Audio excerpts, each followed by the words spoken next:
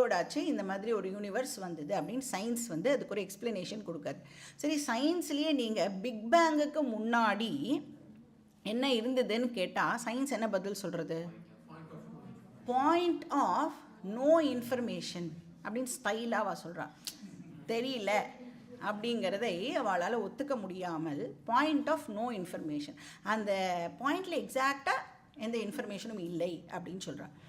சாஸ்திரம் சொல்கிறது கிரியேஷனுக்கு முன்னாடி சிருஷ்டி இருந்தது, ஆனால் இப்படித்தான் இருக்குன்னு சொல்ல முடியாத நிலைமையில் அது இருக்கிறதுனால நம்மளால் அதை பற்றி எக்ஸாக்டாக பேச முடியலை அப்படின்னு சொல்கிறது. இந்த டிவிஷன்ஸோடு அது இல்லாததுனால நம்மளால் அதை பற்றி எக்ஸாக்டாக வந்து பேச முடியலை, அவ்வியக்த ரூபமாக இருந்ததுன்னு சொல்கிறது. இப்போ நீ பார்க்குற எல்லா விஷயமும் எப்படி இருந்தது சிருஷ்டிக்கு முன்னாடினா அவ்வியக்த ரூபமாக இருந்தது.